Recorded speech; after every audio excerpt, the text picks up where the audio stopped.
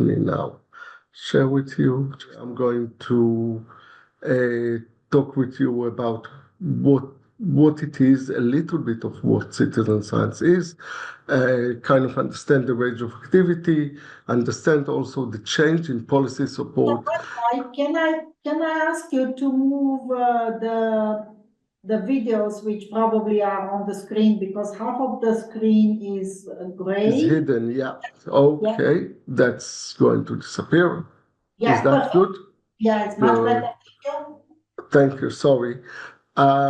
So we now can go quickly over understanding what citizen science is, because usually have different understanding.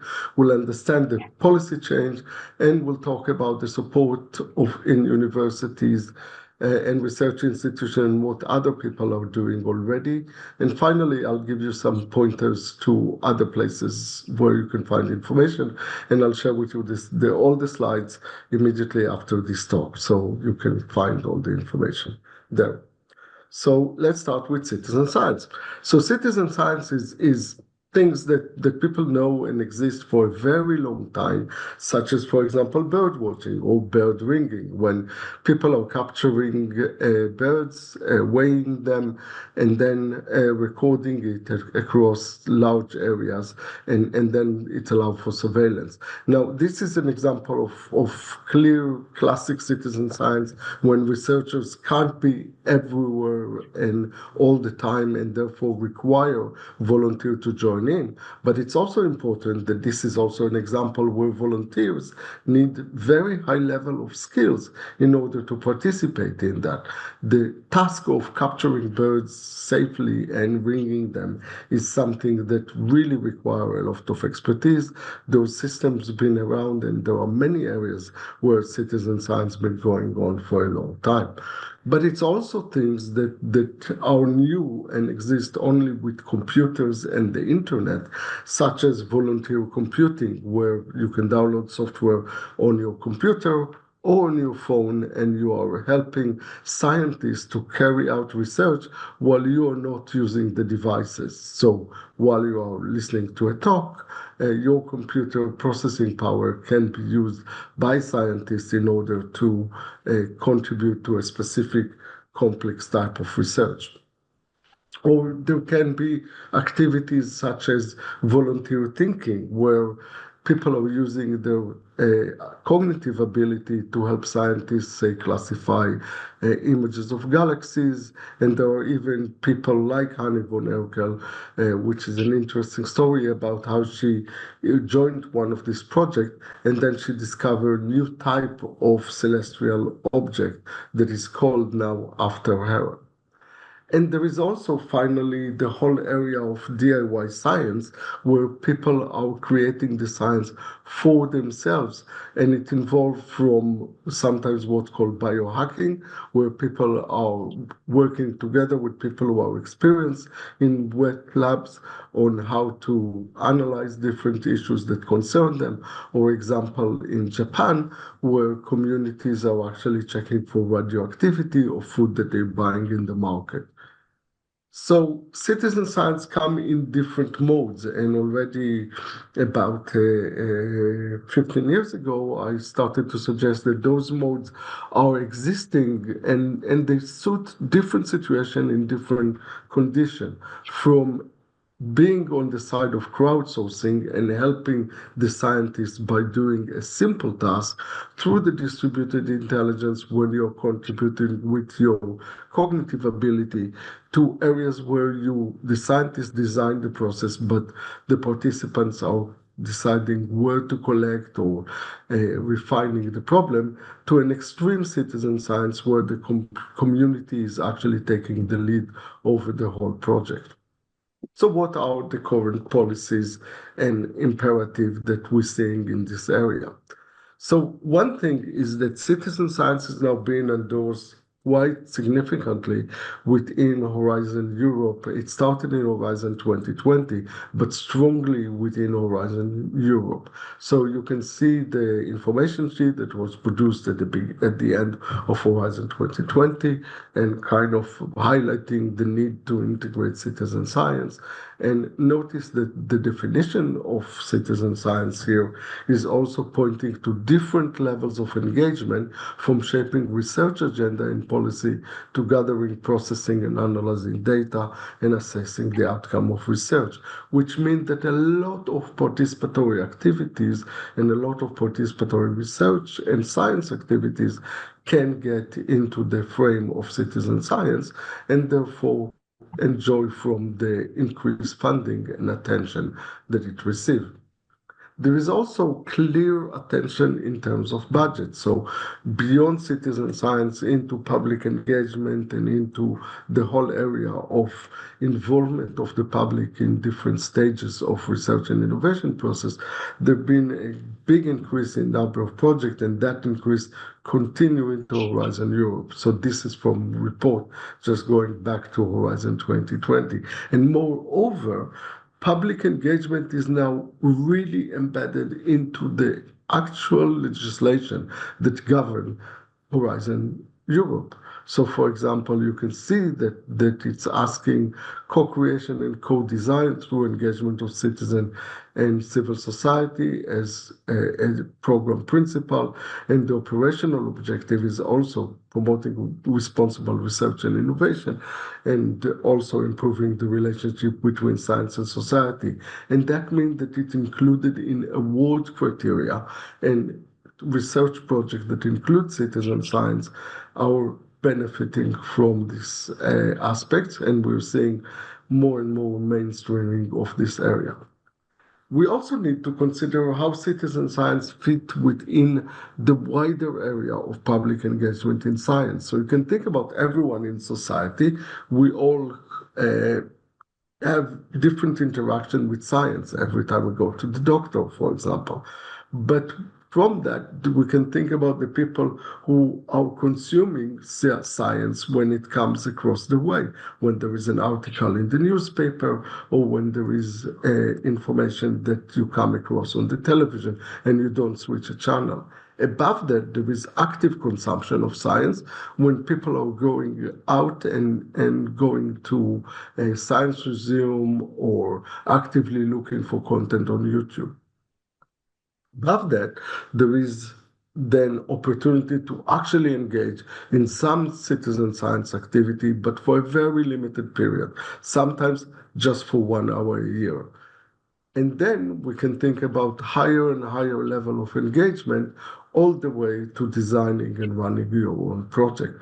And what is interesting is that the Eurobarometer study, which is the high quality data that we have about science engagement across Europe, showing us that, say, here you see the example for Belgium, but you also see the example across the EU 27 countries, that the watching documentary, the very basic level, in countries that are advanced in their levels of education, is reaching into 80% of people declaring that they're actually doing it regularly. Or if you look at the number of people that actively take part in citizen science project, 21 are declaring that they are doing that. Now, we know from the evidence from the number of projects that actually the best project engage maybe 1 or 2% of the population.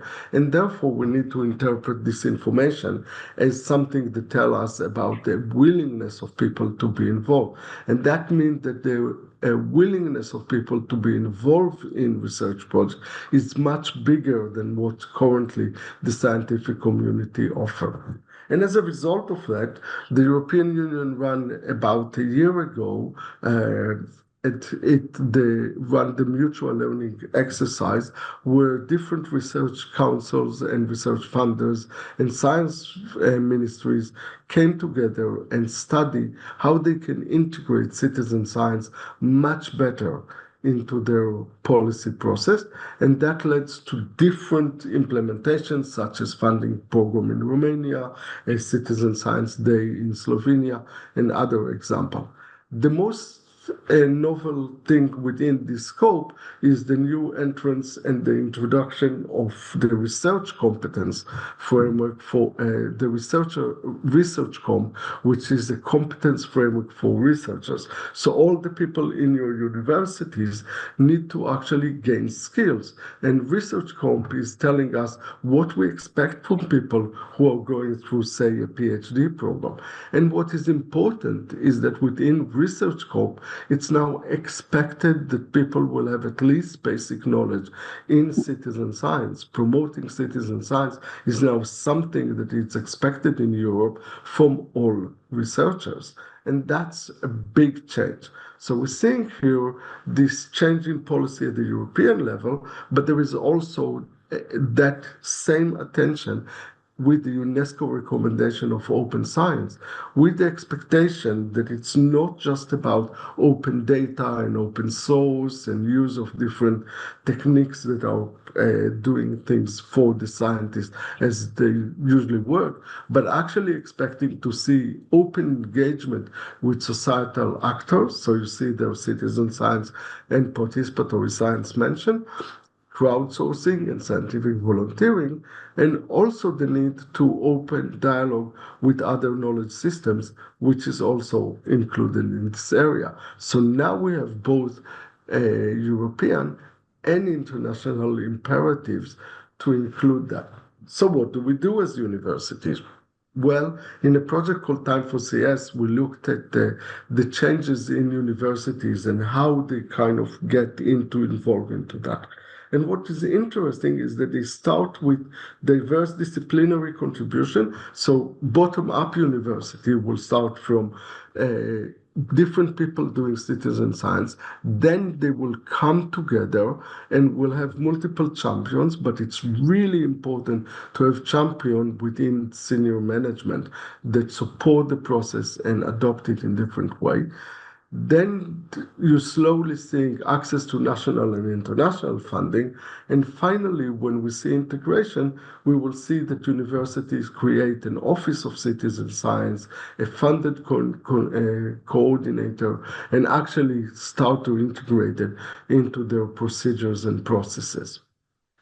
So what are the mechanisms that we see? We're seeing Office of Open Science and Citizen Science, and interestingly, research libraries are really interested in being engaged in that, and there is a whole work by LIBER to support the research libraries in university to do that. There is a really interesting potential engagement with your alumni. Instead of just reaching out to alumni and asking them, about the latest news about the department or other area. Imagine, say, a citizen science project in chemistry that go to the alumni and suggest to them, hey, join our project. So they become part of the scientific activity of the university even after they graduated. There is also potential engagement with local employers and the cities in supporting different issues that concern them. There are international events that can be joined. So City Nature Challenge is a regular activity at the end of April for monitoring biodiversity in different cities, and the university can lead on that. There is a big importance for local small grants, so university can start encouraging citizen science and public engagement with a local grant program. And finally, training for staff and students. In that area, you got more resources, such as, for example, the EU-citizen.science platform. If you look for it, you will find a lot of resources that are training, projects, and networks that you can join in. This platform also includes a lot of courses. So there are already 28 courses that are introducing different aspects of citizen science.